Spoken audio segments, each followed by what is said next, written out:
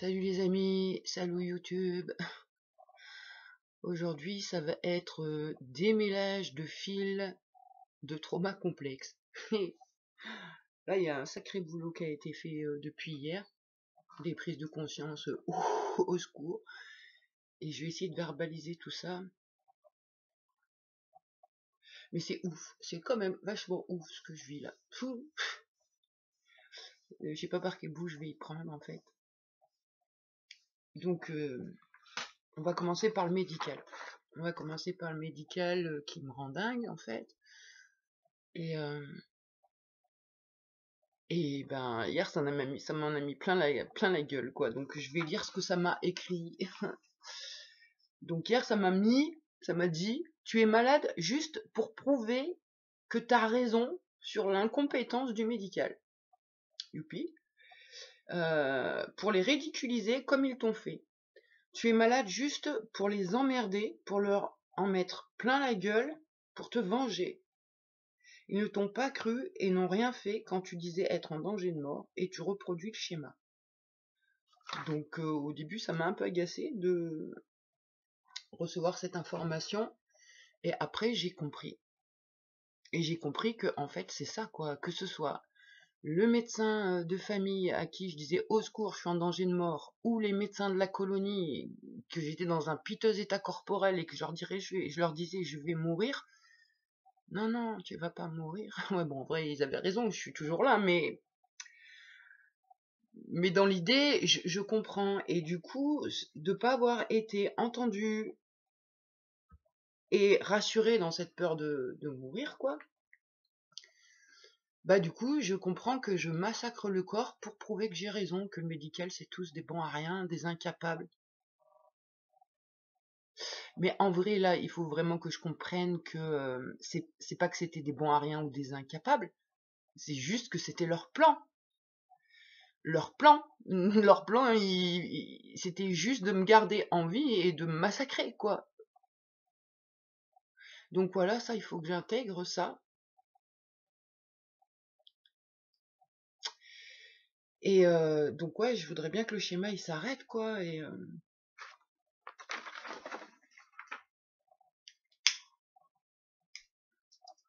c'est ça, par rapport au médical, ça me saoule. Et c'est vrai que à chaque fois qu'il y a une histoire de médical, il faut que je prouve que c'est des abrutis. Et en fait, c'est pas ça que je veux prouver. Ce que je veux prouver, c'est qu'ils m'ont fait du mal. Oh, ça me met mal. Ça me fait à l'intérieur.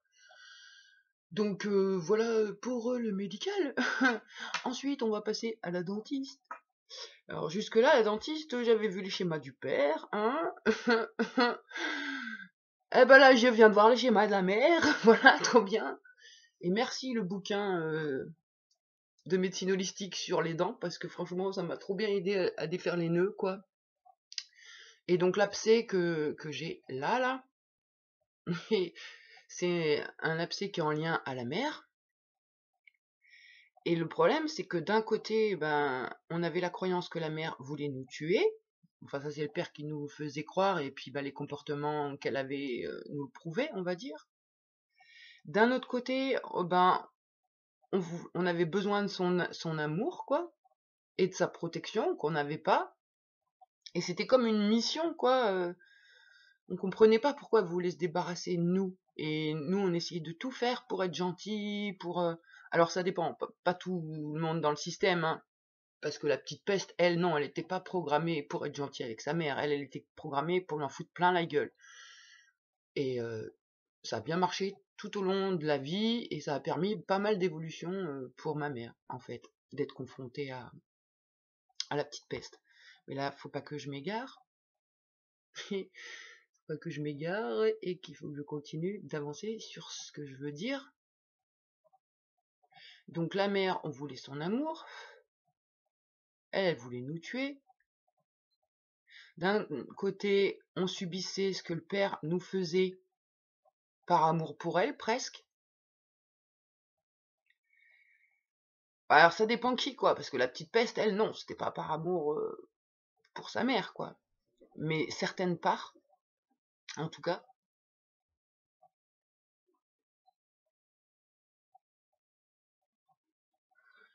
il y a même des parts qui essayent de dire que on sait que notre mère, elle aimait pas la sexualité, étant donné, enfin ça on le sait du père, quoi. Le père nous éduquait sexuellement pour pas qu'on soit comme la mère.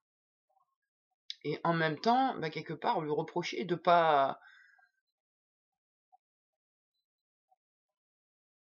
de pas faire ce qu'elle aurait dû avec le père et que c'est nous qu'on a été obligés de le faire, quoi.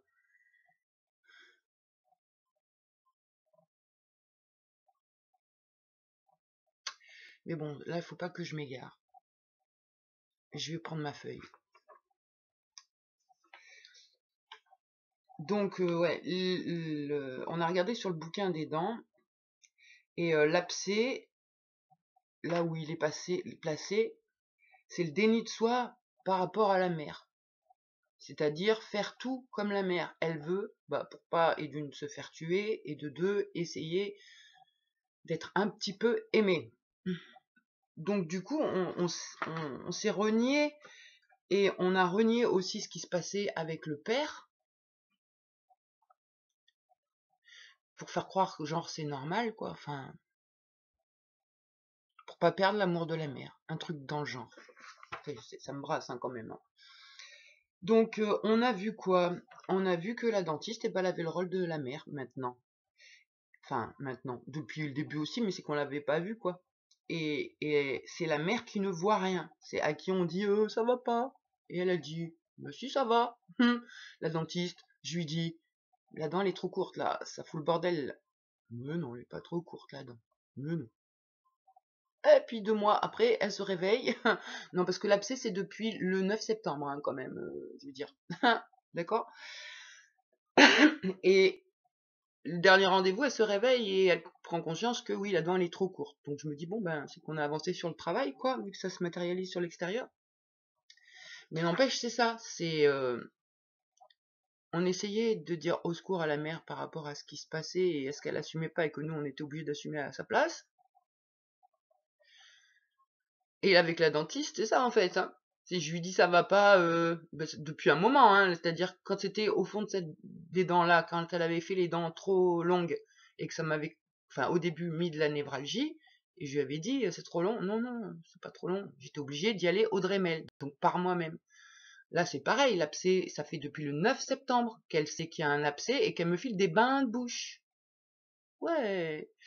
Et, et du coup, ben moi j'essaye de faire par moi-même, quoi, avec des huiles essentielles, etc. Enfin bon. Et donc c'est de pas être entendu. La mère, elle nous a pas entendus. On a essayé de dire qu'il y a un problème avec le père, et en même temps on pouvait pas trop le dire parce qu'on avait peur de se faire tuer. Mais on le montrait par des comportements ou ce genre de choses. Et elle a pas vu, elle a pas entendu. Et la dentiste reproduit le schéma. C'est-à-dire que ben jusque là, bas les couilles, la dent elle est trop courte, bas les couilles que là c'est en train de tout s'affaisser et qu'il y a un abcès, bas les couilles que de pas avoir de calage, ça me nique le corps en entier. Donc là, j'espère qu'avec ce travail-là, là, elle va m'appeler aujourd'hui, la dentiste, et elle va me dire, ok, rendez-vous jeudi, et on remet tout d'aplomb, quoi. Donc c'est pas que ça, qu'est-ce que... Oui, donc l'abcès, il est en lien, donc avec le déni de soi pour la mère qui veut se débarrasser de nous. Alors ça, c'est une croyance, hein, bien sûr. C'est petite, on a vraiment cru, quand elle nous a envoyés à la colonie. Et même adulte, hein, je me suis pas dit c'est le père qui nous a envoyés à la colonie, c'est la mère. Je me suis dit, enfin, c'était inconsciemment, c'était ça, quoi. Et je me rends compte, mais en vrai, c'est pas à cause de la mère qu'on est allé en colonie, c'est à cause du père. Si le père nous avait pas éduqués sexuellement et monté contre la mère et fait croire que la mère veut nous tuer, ben, on n'aurait jamais atterri en colonie. Et jusque-là, la haine et la colère étaient contre la mère.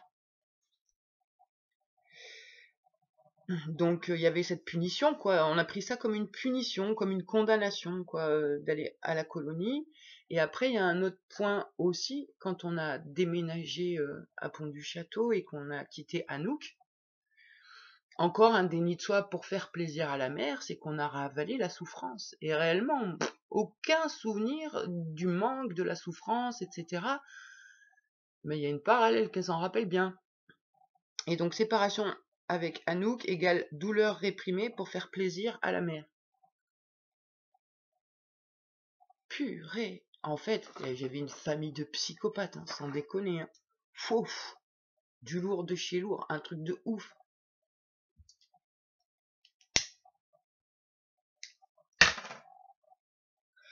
Donc, bah,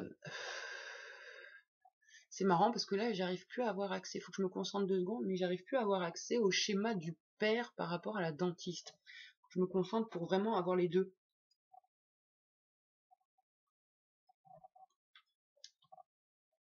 C'était quoi le schéma du père? Ah oui, elle faisait sa sauveuse, gentille en apparence, et en même temps l'autorité et l'abus de pouvoir. Ok. Et le rôle de la mère, le déni. Non, non, tout va bien. Ok. Et après, donc, la colonie, où là, ben, déjà le médical nous en avait mis plein la gueule auparavant, mais là, ça a été le summum. Le summum. J'aurais aimé lire un message, où je le mettrai en commentaire, si j'ai l'autorisation de le faire, d'une personne de Aurore qui m'a envoyé un message hier, je crois. Et pou, alors elle a fait pu, vas-y, je te mets le doigt. et ça nous a fait vraiment très très pleurer parce que c'est comme si elle avait vécu le même truc que nous. Hein. Elle est super au courant de ce qui s'est passé à la colonie et eh ben des équipes. Il y avait plusieurs équipes qui s'occupaient de nous en fait. Il y a celles qui nous torturaient et puis il y avait les médecins assez gentils, on va dire, qui eux faisaient en sorte qu'on tienne la route, qu'on le corps tienne quoi, et que ça se passe bien. Et donc il y avait ben, une espèce de d'ambiguïté, d'ambivalence, je sais pas comment le dire, entre ceux qui font semblant de prendre soin de nous et qui en fait en ont rien à foutre, enfin juste gardent le corps en vie mais ne prennent pas compte de tout ce qu'on dit, de nos souffrances et tout ça. Et puis bah après il y a le médical pervers qui nous torture. Et puis après il y a aussi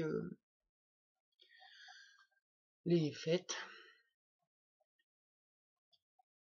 où là c'est pas de la torture par électrochoc, hein, c'est plutôt de la torture parce qu'on est des casse-croûtes et enfin bon bref, j'ai pas envie de rentrer là-dedans là tout de suite. Hein. Le côté médical déjà c'est suffisant, je veux pas basculer dans le truc des fêtes et de ce qu'on a super enduré et vécu. Non, non, pas tout de suite là. Ça va finir ça, le travail déjà sur la dentiste et tout. Donc oui, si Aurore me permet, je vais publier son message parce qu'il m'a tellement fait du bien.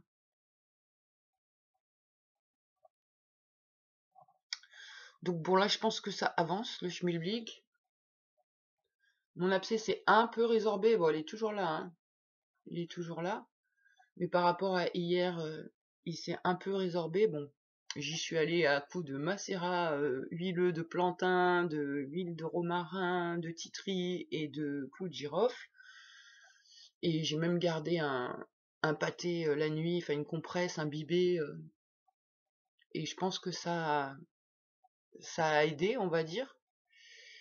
Plus à mon avis le boulot qui vient de se faire et qui est en train de se faire par rapport à tout ça. J'espère que ça va être réglé.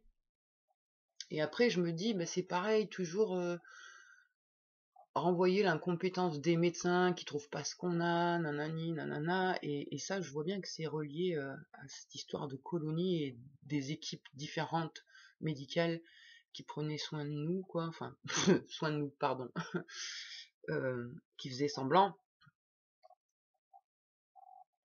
Et, euh, et j'ai la tête du type, hein, dans la tête. Hein. J'ai la tête du type...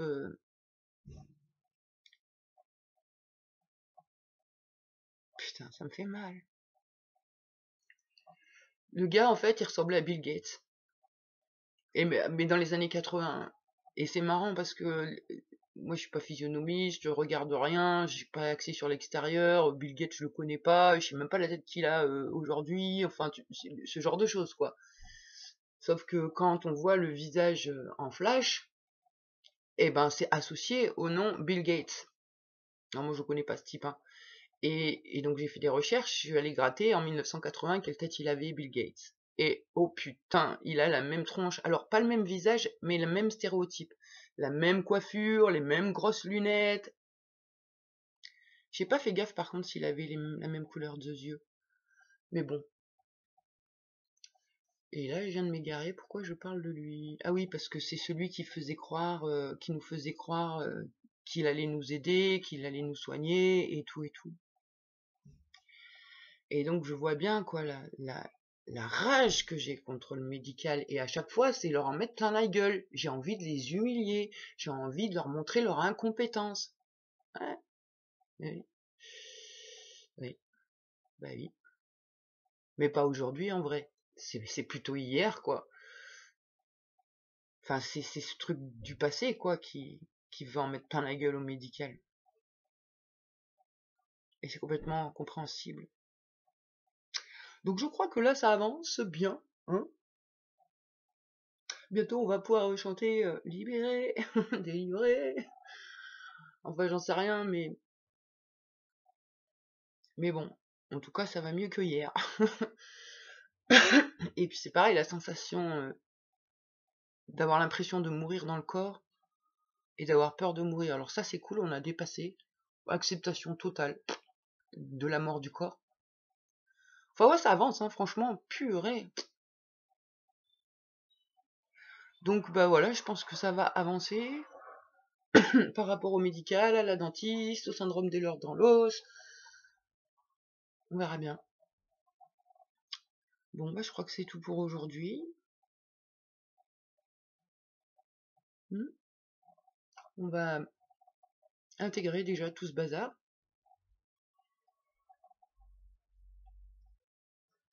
Je réfléchis s'il n'y a pas autre chose.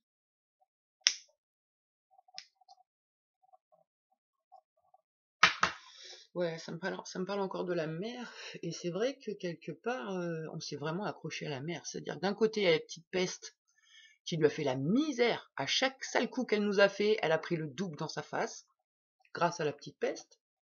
Et après, il y a les autres parts qui avaient besoin de l'amour et qui essayaient d'aider la mer à évoluer, en fait. Parce que la mer a été pleine de traumas, et on a essayé, hein, toute notre vie, de la faire bosser sur elle, mais putain, c'était très très très compliqué.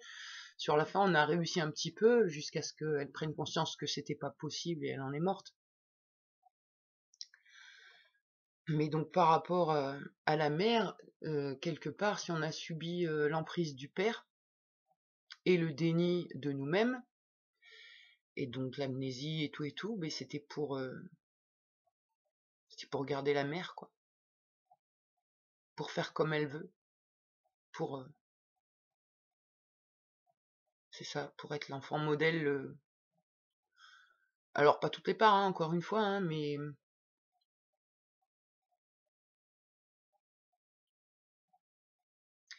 donc ouais, on s'est renié jusqu'à sa mort en fait, enfin quelques mois avant sa mort.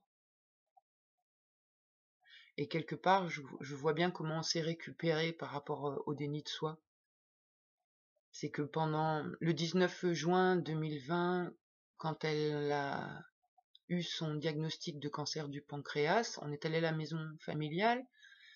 Bon là c'est parti en vrille direct, hein, le père a foutu le bordel direct, et on n'a plus jamais eu de nouvelles de notre mère. Sauf moins de 10 jours après, enfin le 27 juin, le jour de mon anniversaire, où on a eu un SMS de merde qui voulait bien dire on s'en bat les couilles de ta gueule. Et là j'avais le choix en fait. Enfin, on avait le choix. On avait le choix de dire tant pis, on va se faire massacrer mais on y va quand même. Parce qu'on savait très bien qu'on allait être exclus, mis de côté, que les nerfs allaient passer sur nous comme d'hab, quoi, dans ce schéma. Et on a dit non.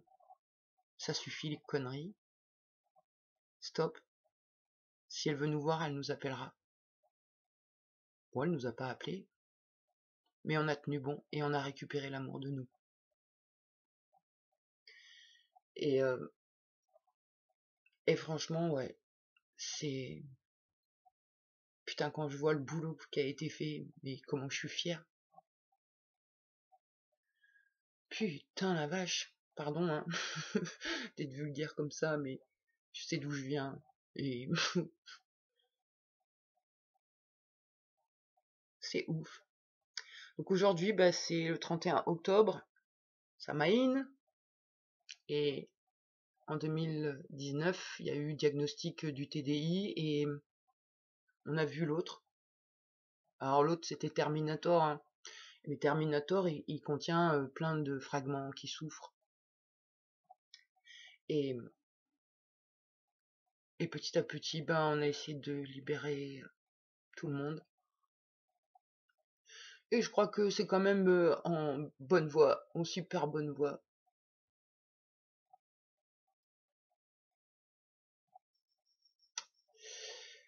Ouais, bon, bah je crois que c'est tout, hein. Ouais.